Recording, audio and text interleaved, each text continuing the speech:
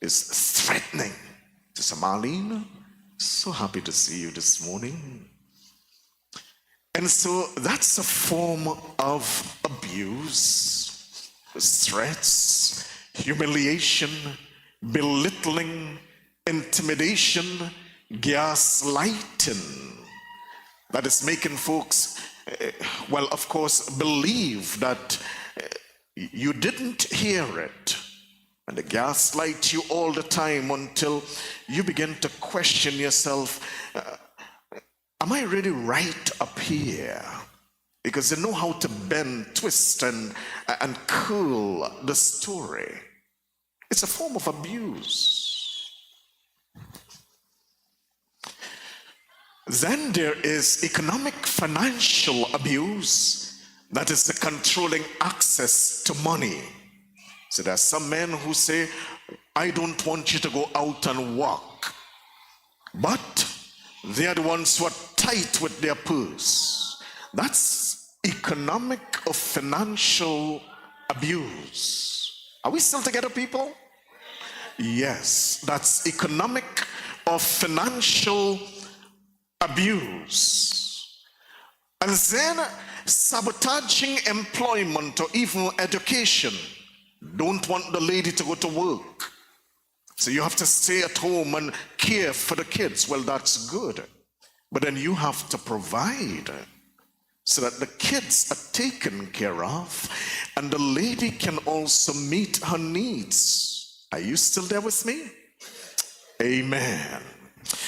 And so there is also stalking and surveillance, where people are followed, they are monitored, unwanted contact.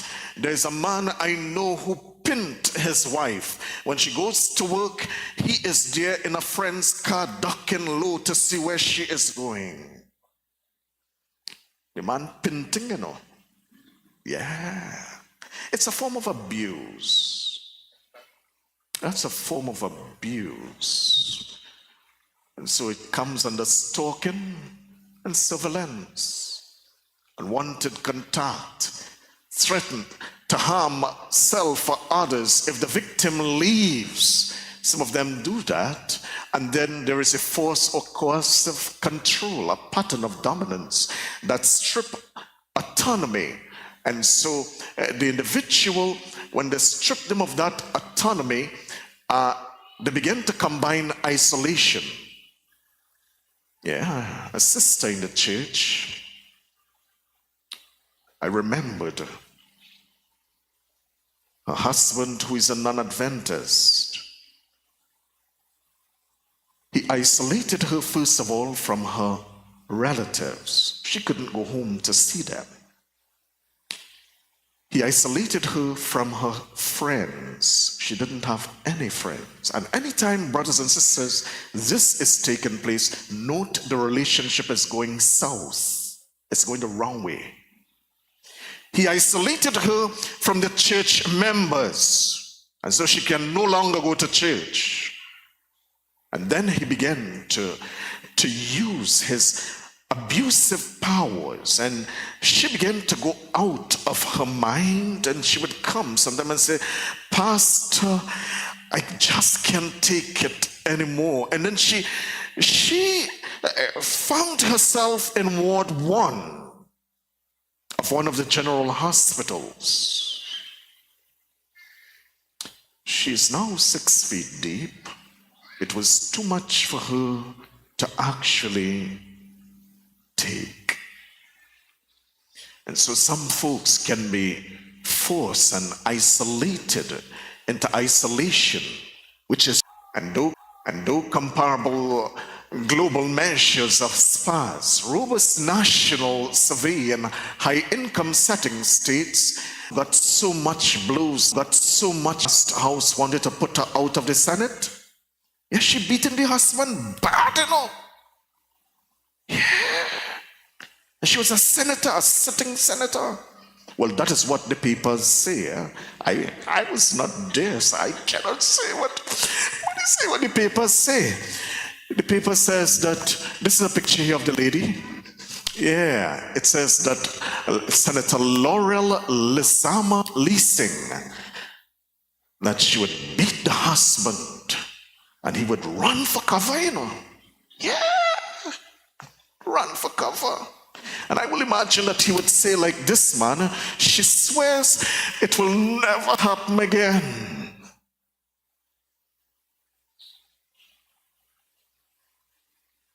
But I want you to know it's serious business. Intimate partner violence. It's serious business. In the Caribbean, these are the stats in the Caribbean.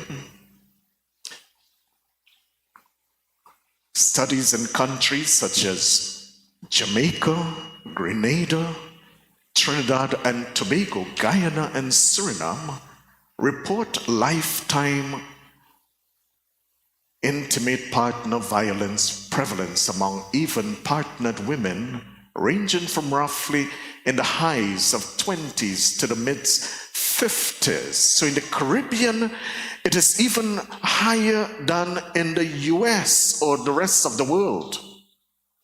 And that is why it is instructive to have education as we are having today, so that we can identify it and also know what we can do. So even though you would not get a whole lot of statistics, but you should know that it is roughly highs in the 20s to the mid-50s. That is over half the amount of women in the Caribbean. Okay, that is what one report says.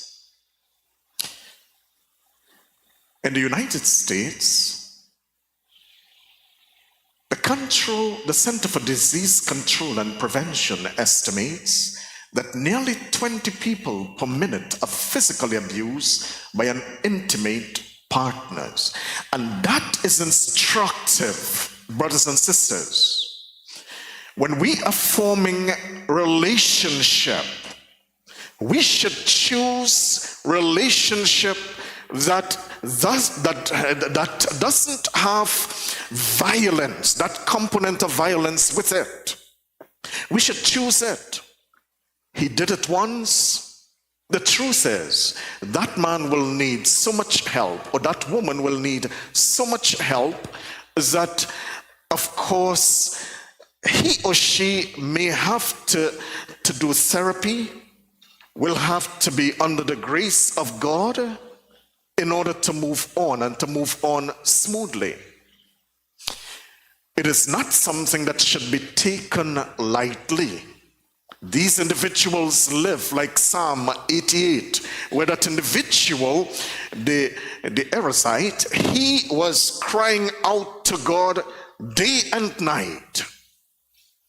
For some individuals, I want you to know it is that serious. Domestic violence is a pervasive and insidious issue that affects individuals, families, and communities worldwide. Trinidad and Tobago, a small island nation in the Caribbean, is no exception to this global trend. In Trinidad and Tobago, domestic violence is a significant public health concern. You know why? Because it costs almost 2% of our GDP to take care of those individuals who have been abused by intimate partner. According to the Trinidad and Tobago Police Service, in 2020, there were 2,135 reported cases of domestic violence. And I want you to know that those are only reported cases. There are many others that were not reported. It's a slight increase from 1,433 cases reported in 2015. And with the COVID, you'd recognize that it had increased significantly. It increased significantly. And once individuals, they have gotten the loop, that is, of of domestic violence, they don't drop that practice easily. They don't. And you need to be aware of that. And hence, those individuals will need some help, as we will talk to. Furthermore, a survey conducted by the United Nations Population Fund in 2019 found that 27% of women in Trinidad and Tobago, they have experienced that. Now, these are some habits. If you want to spot what an abuser look like, these are some things or characteristics that you can look at. Superiority complex. The abuser assumes they are inherently right and entitled to control. God didn't make you to control any spouse. All right? Well, we learn that in men's ministry. We learn that in men's ministries. And we teach our men that you were not made to, the calypso, and then we'll sing and do it, wave, control your property. God didn't make you to control nobody. You were both made, or Adam and Eve, they were both made in the image of God. And they were given dominion over all the rest of the earth. Man was not given dominion over the woman. No, cannot find that in the Bible. The children, they are the ones that we control until they get to the place where they can now take flight. But not the spouse. God did not give us control over the spouse. The lady decided to pack she bag and leave in the morning. What you gonna do? You're not doing anything. You're gonna cry like that. You go hold shit. No, don't go. Yeah, but the truth is, we should not use violence to control anybody. God did not give us that superiority complex. Those individuals who are abusers, most of the time they're highly disrespectful. They belittle, they mock, they violate boundaries to undermine the other person's dignity and autonomy. That is what they do in order to control them. Because remember that the abuser main thought or his psyche is to control. It's a control.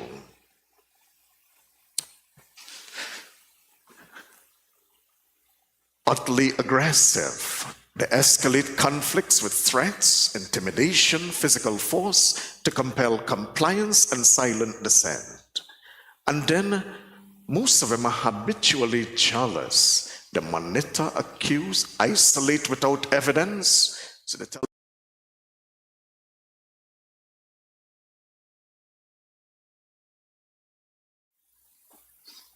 and they isolate the woman.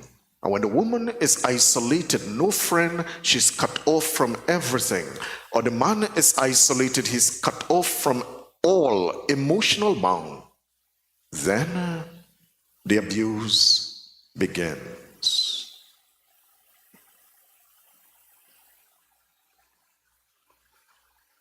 Trinidad and Tobago has undertaken reforms and data initiative over the last decade, and so this law was passed, which is the Domestic Violence Act.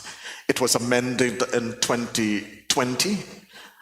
You would recall the instance somewhere in 2011-12 where a lady, she was about to leave home. The police was outside because there was protection order, and the woman got murdered inside the home. I recall, well, of course, a spiritual leader, he was chatting with me and he told me about an incident where, well, I was in a group called Surge. That group, I meet with pundits, imams, Baptist, Catholic. We all come together in order to plan community projects and things that will help our community. And he shared with me one of the instance where he was counseling the couple, and when the lady got on the outside, the man killed her, murdered her, not very far away. He murdered her. And he was devastated as a result of that. And so we have that law, the Domestic Violence Act. I want you to know it's not very strong. And so people still do things, and folks still cower for their lives. They still do.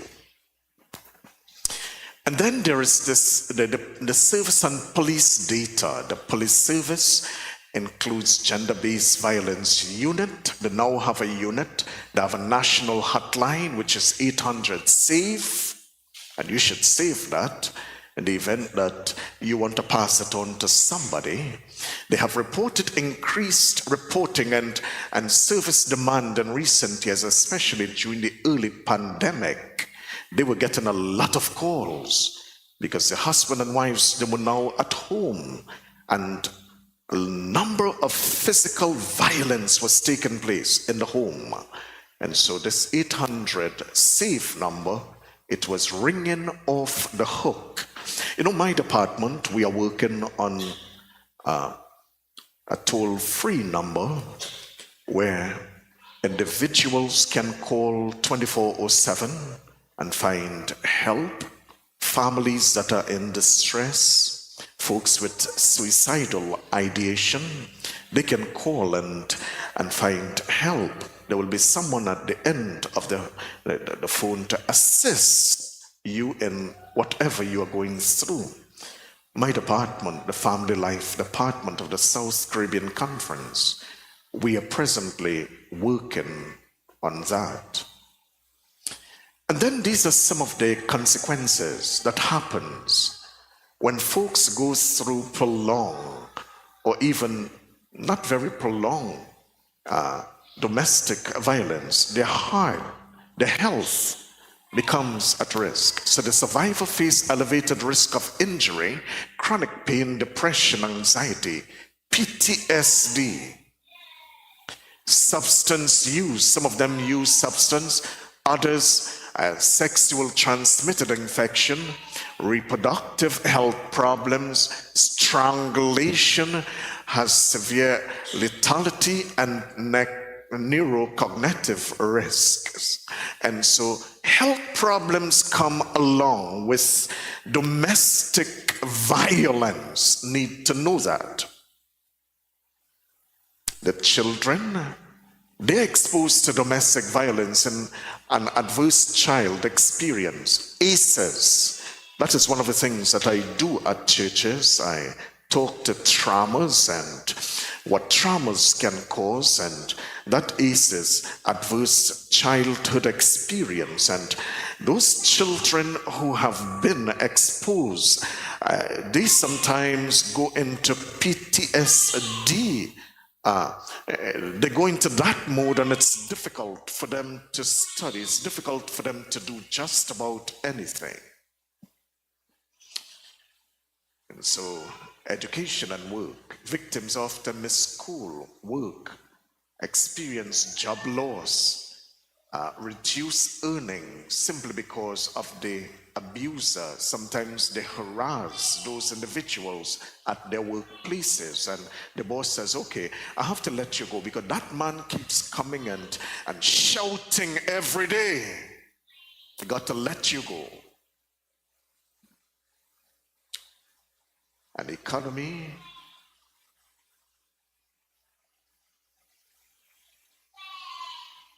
public and private costs include health care, justice, social services, shelter, productivity, and intergenerational human capital laws.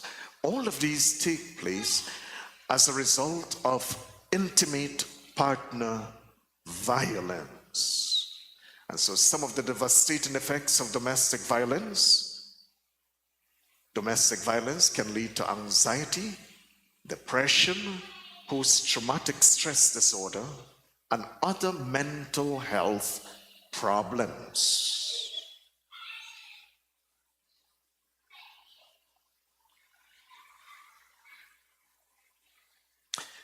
Let me give you some of the factors that contribute to domestic violence in Trinidad and Tobago. Economic stress and poverty, it can contribute.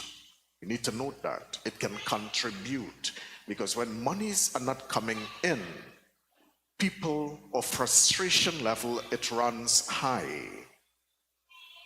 When a number of folks are out of jobs, violence, it runs high. It is similar to the pandemic situation. The husband is at home and he cannot earn, and the wife and the children, they're crying out for food. It creates situations for violence. You need to know it's a contributor, they call it. It's a contributor that increase conflicts and violence in relationship when there is economic stress.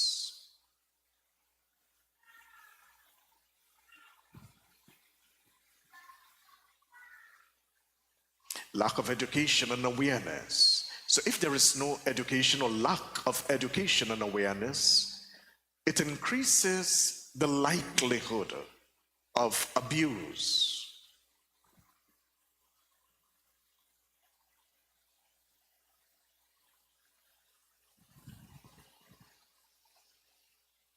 All right, you may have to move the slide for me so that it seems as though this is no longer working.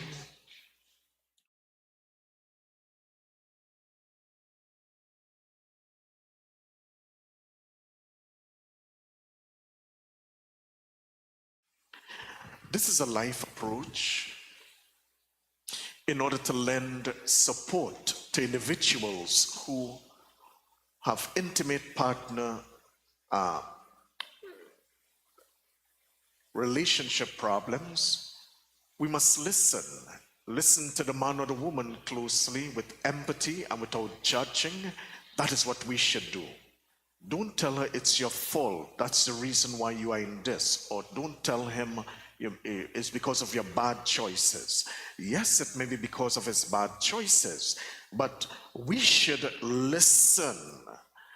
Then we need to inquire about needs and concerns. How can we meet those needs? And as a church, we are given the opportunity to meet those needs. Amen. Do we still go out into the public and target homes and help those homes that are in need? Do we still do that as a church? Do we still do that in Coalmine here? Your church is not Coalmine. Quite cool. Well, this is an opportunity for us to reach out to those individuals who are hurting, listening to them first of all, then inquiring, how can we help? How can you help? Then validating, show him or her that you understand and believe him or her, assured that he or she is not to be blamed. When you do that, you validate the person.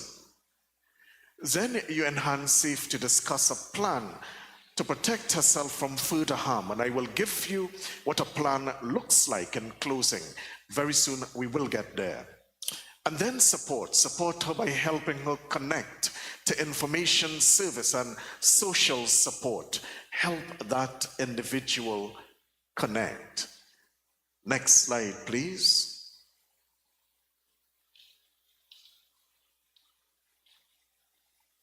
Next slide, please.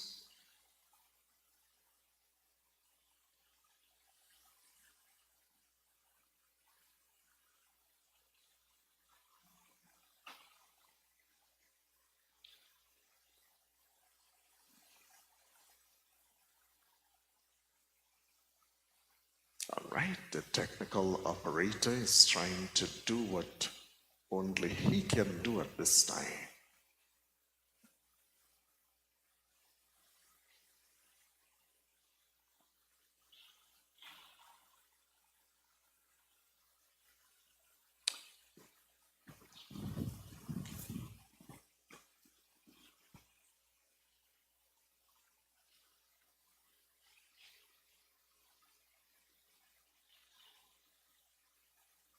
Yes. So there are weak laws and policies, and which of course you need to know, because there are inadequate laws and policies. They fail to provide adequate protection, and as a result, those experiencing domestic violence, they continue along that path. And why? Because the law is weak. Next, please.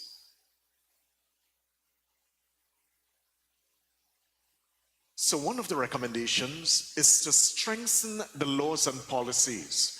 And that is what we need to lobby for.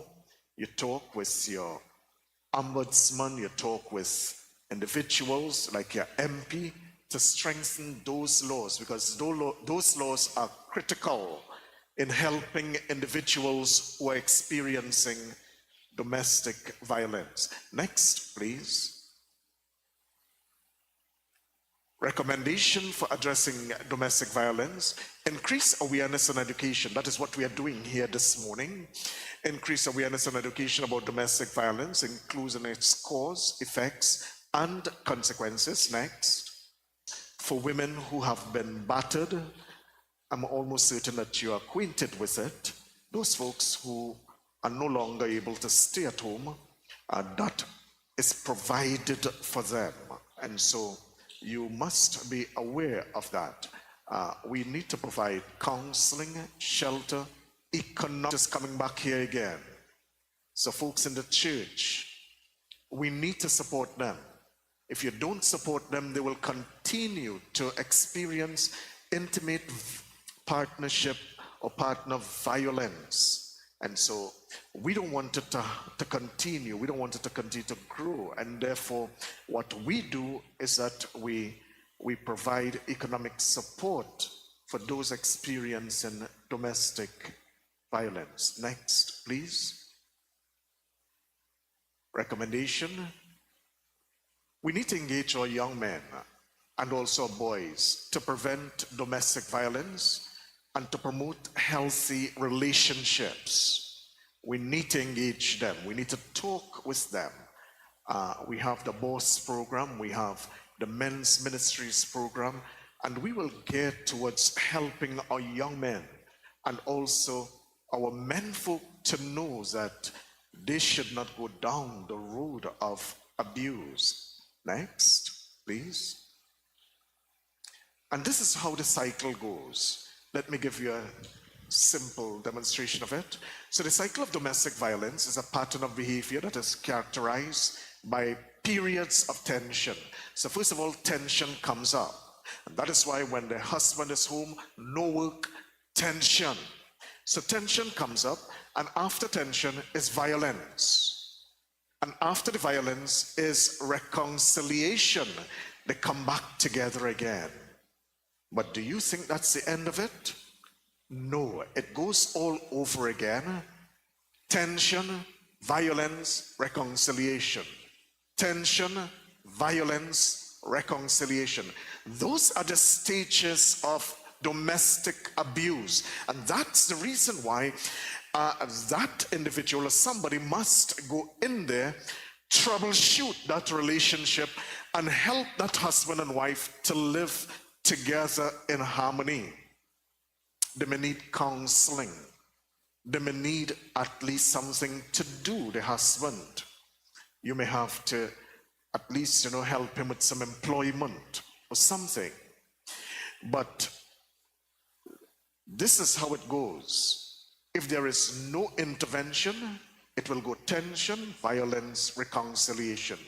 Tension, violence, reconciliation. It goes like this again and again and again. Next, please. Next. Next. And so what works? What we have to get is prevention and response. How do we address the problem? There must be legal reforms and enforcement. So comprehensive laws that recognize forceful behavior control enables swift protection order. And if those laws have swift protection order, of course, it will work and hold perpetrators accountable. They must be held accountable. If they are not held accountable, the cycle, it will continue.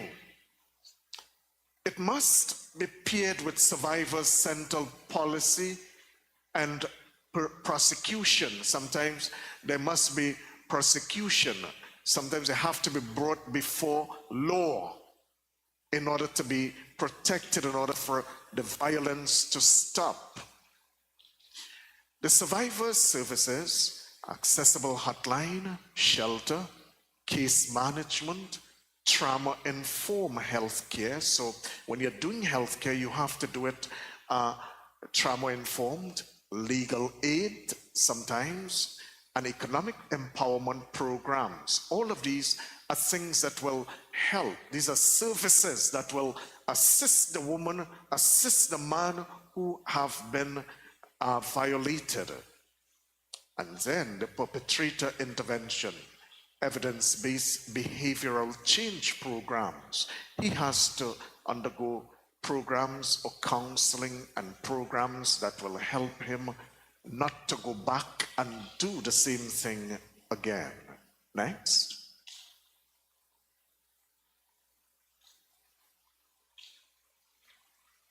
And so these are some of the things that we have here in the country. Domestic Violence Amendment Act, we amended it in 2020, but it is still weak because it doesn't have a number of the things that will safeguard the victim. It doesn't have a number of those elements to safeguard the victim. Expanding and stabilizing funds for shelters. So the shelters need funds. Myrtle's Place need funds. You know, my wife, whenever we are making our monthly budget, we will budget a little segment for Myrtle's Place. It is a place where women go to a house of refuge for the woman who has been battered. I give God praise and thanks that the church can look out for those individuals. Well, we don't have none yet for the men, Brother Henderson. Yeah, we don't have any yet, Doc, not yet. But hopefully we should get for the men. Because there are men folks who are battered also, so we should get for the men. Smiling, we should get for the men. All right.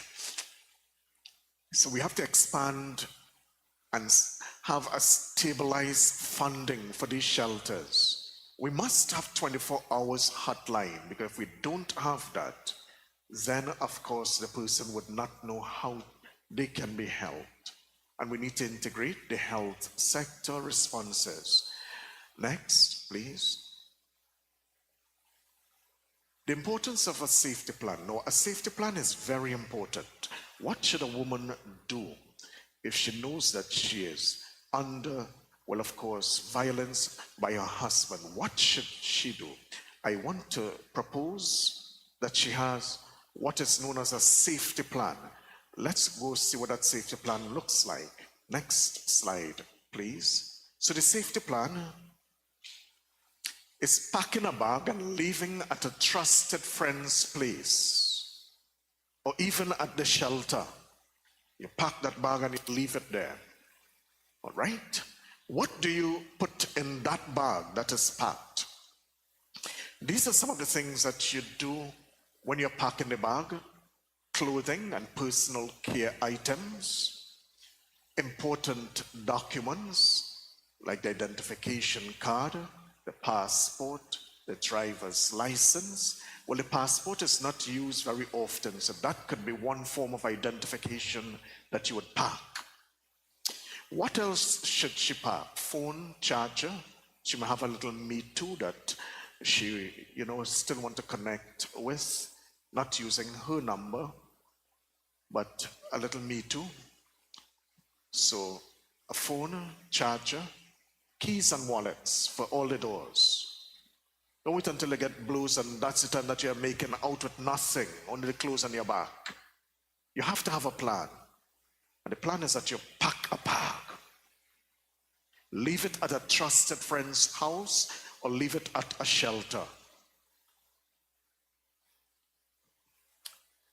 Medication, if you are on medication, and medical equipments for taking pressure, that sort of thing, measuring blood sugar level, emergency contact information. These are some of the things that we call a plan, and that's a survivor's plan. Don't wait until the violence escalate, then you want to put that plan into practice. No, this is what you do. You make sure and you pack that bag. Next, please. Having a packed bag ready to go can be a life-saving situations where the victim needs to leave quickly and unexpectedly. That is what Women's Law Initiative says in 2022. Leaving at a trusted friend's place or a domestic violence shelter can provide a safe and supportive environment for the victim to begin. Next, please. And so those are some of the items. We have already listed them, essential items. Next, please. And to be even more empowered, you may have to create code words, that is to alert trusted friends and family members of potential danger. So I've known of a home where the husband, whenever he gets violent, the lady will bawl out, "Fire! Fire!" Yeah, but that's a code word. Yeah, that's a code word to tell the neighbors, because the neighbors know that when they hear fire, it's not fire in truth, but it's violence, you see. So again, you have to create code word, you have to change password, file for restraining order. There are times that you have to do that. Seek support from a counselor or therapist, and also connect with local groups like community building groups, church groups. You need to connect with them. It's an abuse, or most of the time the abusers, he tries to sever all of these groups so that you don't have any support system, and you need to be aware of that. Not because he loves you so much and he wants to spend so much time with you. He's asking you to drop all of your friends and your church and everything else. No. He wants to control. Or no, she wants to control. Because there are some of the sisters who do it also. Next, please. Leaving the relationship. So you have to choose a safe time to leave. You have to choose a safe time to leave. You know, there were men who were abusing their wives and children, and it is only when they come to church, the wife clean out the house and she gone. I'm not telling any wife to do that, but chairs gone, bed gone, everything gone, you know. Everything gone. You have to choose a time to leave. The safest time to leave an abusive relationship is when the abuser is not present. This may be when he's at work, with friends, or even sleeping. Well, if he sleeps like a hemispheric creature, you know, there are some birds that sleep with one side of their brain, huh? The other side is wide awake. You might have some of them that sleeps like that, huh? Yeah, birds and fish, they're the two who are hemispheric. So they're sleeping like that. They're on the branch, but this side wide awake while this side sleeps. And then they turn around, and then this side awake and this side sleeps. We were not designed that way. We were not designed that way. But you have to choose time to leave. Leave with a trusted friend or family member. Living with a trusted friend or family member can provide a sense of safety and support. What you're looking for is support. This person can also help with transportation and finding a safe place to go. Using a safe mode of transportation, such as a friend's car, you would not use your own car, or public transportation. Those are ways of making escape when you're leaving an abusive relationship. Because remember, God did not design that you stay in that abusive relationship. See? Next, please. So there are shelters such as Myrtle's Place, as I said. Sometimes Myrtle's Place can become so, crowded because of the not only Seventh Adventist women are there, but are women from the community that the police will drop there. You see, like our children's home that we have not very far away, the police will just cram that place with children. The same thing is happening with Myrtle's home, and that is why we should send at least something to Myrtle's home every month. It's a safe place it's a safe haven for women folk. It's a safe haven for them, and so we should send that to them. Trusted friends, yes, breaking the cycle. I'm concluding now. Breaking the cycle of domestic violence requires a comprehensive plan that prioritizes safety and support. This plan should include practical steps such as packing a bag, securing copies of documents, creating a safety plan. It should also include a plan for leaving the relationship, finding a safe place to go, and rebuilding a life. With the right resources and support, individuals can escape the cycle of domestic violence and build a life that is safe, supportive, and fulfilling. Next slide, please. Thank you. Is there any questions? Yes.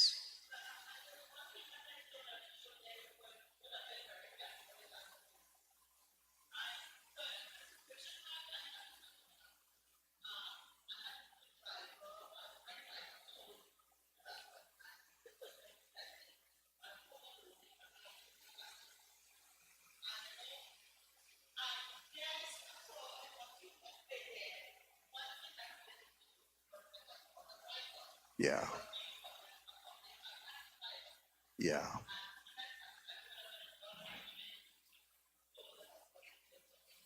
Yes.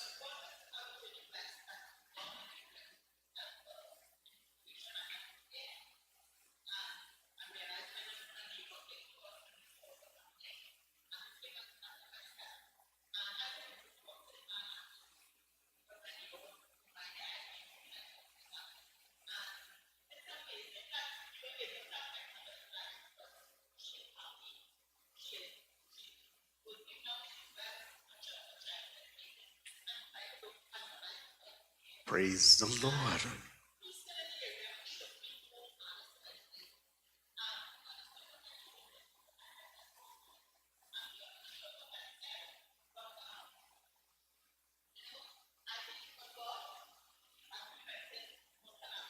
Yes.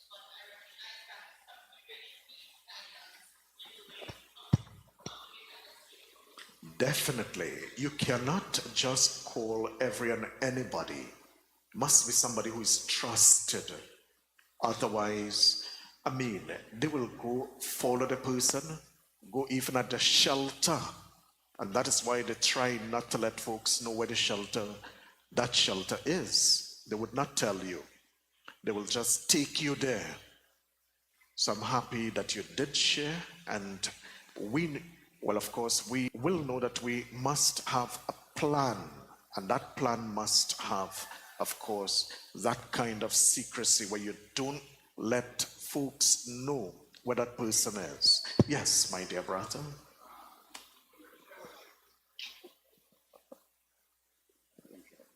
In connection with what I was saying, that relationship between two couples. Now, I want to know, for many years, people, they get involved with a woman. Sometimes they don't marry the woman, but they live in what you call a common law situation. Some of them will be saying, oh, the common law is the best life to live. And some of them, as soon as they're married, you have ups and downs. But what I look at, that when two people is involved, they must be able to trust one another. You don't have to, as your advisor, you have to be peeping to see if she's talking to somebody else and things. Now, once you're dealing with the public, you will be talking to people. But that doesn't mean to say that you're in a relationship with someone, and it's vice versa. So you must be trustworthy of yourself, the man, and also the woman. So in that case, I think what happens is this. Another thing, when you're unequally yoked, when you have two partners, one is not on Christ's side. Because when you have to make a decision, it must be in the same scenario, the same system. If there are Seventh Adventists, you look for a Seventh Adventist partner. But most of the times, people leave the church and go out and get a partner. Yeah. Most of the time, that very rare that happens in church. Yeah. That two people in church get involved. Most of them, they leave and go outside and get a partner. And so most of the time. Most of the time, I see that point. The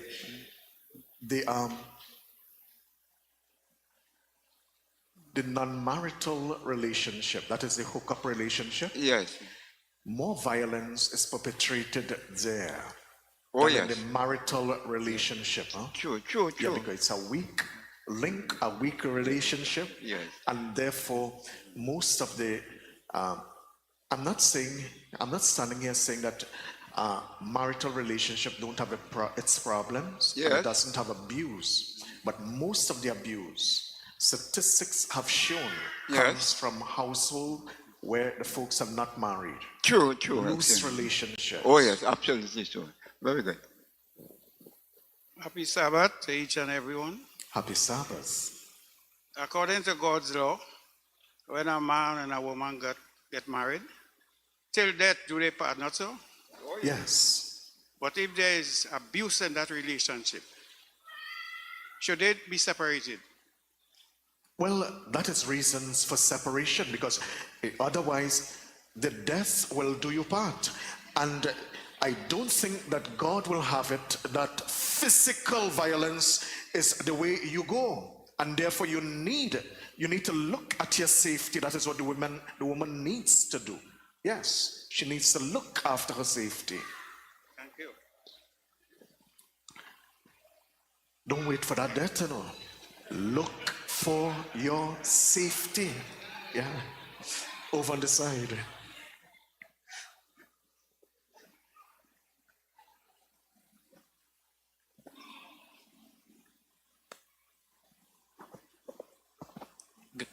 Pleasant Sabbath to everyone. Happy Sabbath. This has been something that has been on my mind from since I was small, of women being abused by men.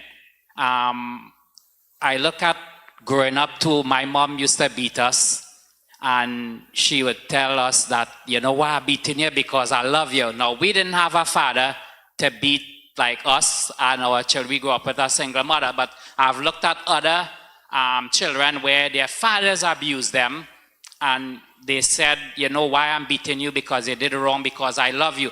So my fear of when I become a father, I will never hit my girl child, because some women accept that when men beat them, it's the only way that they demonstrate that love, by licks, because subconsciously probably they were taught of abuse. Now my wife is a teacher.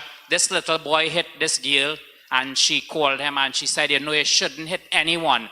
Talk to the teacher or the principal. And and it's wrong for a boy to hit a girl. You just see a father hitting your mother? And the boy said, yes, just this morning she got licked. So we see that even abuse in the home, where fathers abuse their children, mother, that the boys probably thinks it's okay, it's acceptable. Now, my wife used to complain when we newly got married that you do rough play. Now, I used to even avoid rough playing. Well, still, you know, like choking and squeezing, I don't like to do that, because to me, that, as mentioned, they're slapping, choking, all that is a form of abuse. So sometimes playing rough could also lead sometimes to abuse, because maybe you lash out too hard. I remember recently my wife just gave me a serious push, unexpected, and I grabbed her by her hair. Wasn't a real hair, but she said that don't do that.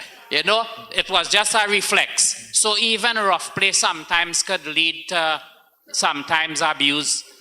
But so we see that there are a lot of contribution that leads. My father-in-law said a lot of men are abused. They come in the hospital, broken bones, and they know it's all violent, but they are ashamed, because when you go to the station too, they laugh at you. Yeah. And then if you lash the woman, they lock you up. Not in church, we shouldn't be lashing, right? No, so we should not be. we see should that not be. in the world, there's a lot of things, as mentioned, financial, and then with the COVID, I understand the abuse was the highest Yes. at any point in time, because everybody was home, no work, children, and a lot of things contributed to that. So I guess we need to really pray and encourage each other, support. And sometimes we see it and we say nothing also, you know, because my wife says sometimes you interfere.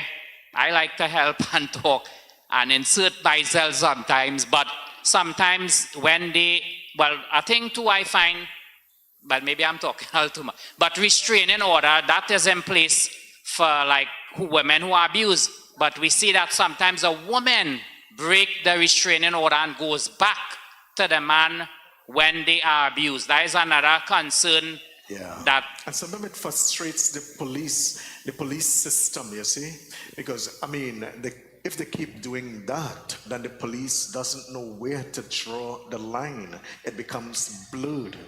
So they have to stick it out. Yeah, they have to stick it out. Let the man let him reach the place where he can be, well, of course, do therapy and other things so that he can, you know, come back to her as a loving husband. That is what you are looking for. Okay?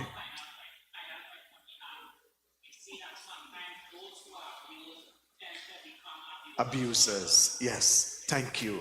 You have it straight there. Yes, my dear. And then we come. Hi, good morning. Happy Sabbath. This is a real good program, because I find they must have more about it, more in the church about this thing, because recently I heard about a young girl. All the time I'm talking to her, and I didn't know she was getting abused. And I meet her sister-in-law, and I say, I ain't seen your sister-in-law. She said, girl, the government take and put her in a place where we can't even communicate or nothing with her. Not even a cell phone she don't have. So they take the children, everybody, Yes. and they put them in a place, and nobody cannot visit Stick a them. pin right there. And that is why I made the appeal for Myrtle's place. It is our place. The women there, they have all sorts of need, from feminine napkins to you name it. They have all of those needs. There are women who are there who only have the clothes on their backs. Give something towards it now. Yeah, when you're making your monthly tithes, offerings, and gifts, give something towards that. I mean, if you really have, let's say, domestic violence at heart and see the evils of it, you will give something towards that. Help those women. They're helpless. Yes, continue. Yeah, so I was talking to a brother. I said, boy, so when they take these women and they put them in a place, people doesn't see them. He said it have more than one place, and this is what we need to have, not only one place that people particularly know about, because he tell me he went in a place and it's somewhere in South, and he said he didn't even get to go in the building. All he reached by the security booth and drop what he had to drop for the people for the place. But he donating things for the home, and he just turned back and go, and people who they have working there, nobody like people like how you saying about Myrtle Place. Okay, let me say I know the place, right? And I know the people who work in there. But this place, he say, nobody knows nobody because they're not putting people in the area who know you or anything like that. So you wouldn't know if they bring in Harry, you wouldn't know Harry because Harry come from Grandy and you from quite south. Yes. So in different areas, they put people to work, and they have a thing that that you can't let out the secret or anything like that, tell nobody or anything and that. Yes. So I was saying, because I was doing some information to find out about it, because I say so much young people here that get abused, and like you're not hearing they have places and things. So I was explaining to him, and then he started to tell me about this place where he just go and drop out things for them and thing. And it's a good thing because plenty, whether it's men or women, whosoever getting abused, that you doesn't hear about that in churches, and plenty sometimes you're sitting down in church and it have people right next to you getting abused and you don't even know they're getting abused. There's Adventist people, they have their husband, they're living for years and they're getting abused and we don't know. So if we talk, plenty things like we don't talk about, what I realize we don't talk about like this, and for the young people and things, so the young people will be aware till what they are getting themselves involved and things. So I thank God for this program. Yes, it should have more about this is it. education, and this is what it meant to do, to educate so that folks will know what domestic violence it looks like and what they need to do. So we have a hand there, we have one in front here. Yeah, Pastor Albert Brathwaithe, Director of Family Ministries. It may be really just coincidence that we're here this morning. I really enjoyed this topic. I didn't get the whole of it. I didn't get the whole of it as I was outside doing other things. So I really, really enjoy your presentation. Thank you. And I wish you could spread it throughout Trinidad and Tobago. I don't have a question. I have many questions, but I just want to consolidate what you see, because in your ministry, family life, mine is evangelism. You understand? So we share almost the same thing, because when we're out there doing evangelism, we encounter most of the thing saying. Yes. The common law relationship, the abuse, and all this kind of thing, religious unbelief and all that. So we face with the same problem So true. in evangelism. But the point I want to make here this morning, Coalmine, I'm glad to be here. You will hear that more as later. Is that do not wait for when divorce come, when separation come, when abuse come. Do not wait. In the Seventh Day Adventist Church, we have a lot of problems with the same thing. The sister down there mentioned it, and some of them like to talk. When you go by them, they don't want to talk. One sister up in Vega told me, I want you to pray for an individual. She had the big C. I said, well, what is the big C? Can be no secret. It can be S and C, the same thing. So she said she has cancer. I said, well, you must say it. Say when I go to pray for you, you have to tell me. You're going through an abuse, you had diabetes, you had spirit, you had demon, and you let me know before I could attend to you. I'm a doctor as well. You understand? So the thing is, do not wait, ladies and gentlemen, spouses, do not wait for when you have to pack your bag and go. As you mentioned, they're packing your bag, put it by some friend or some safe house. Do not wait for that. Try to nip it in the bud. My wife and I had 42 years. And once we had a problem where we was now in the courtship. You understand? And that never happened again for 42 years. And there are people in the church who more than that. But some of them, husband sleeping one side, wife sleeping in the church, I've encountered that. They're not talking to each other. Yeah. That's another type of family life program, you see. Yeah.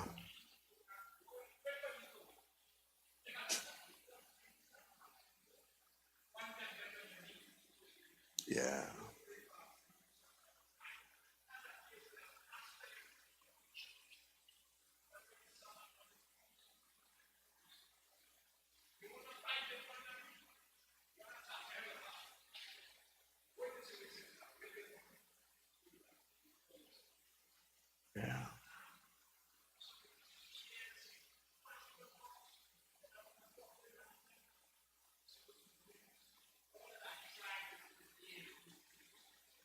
Yeah.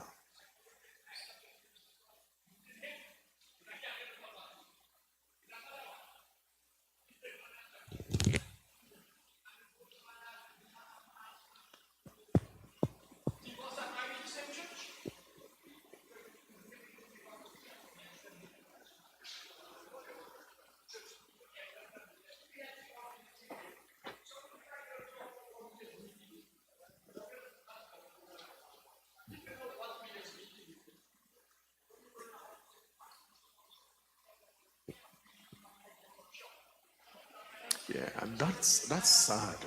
Yeah.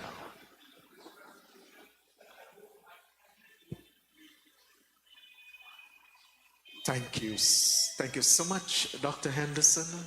Yes. I don't know if it's okay to share my own personal experience where domestic violence is concerned. I think when I was working, I was quite young, so I didn't know how to deal with situations or pay attention. And I think like you said, when persons speak, we need to really learn how to pay attention and know how to go around with pregnant with a second child.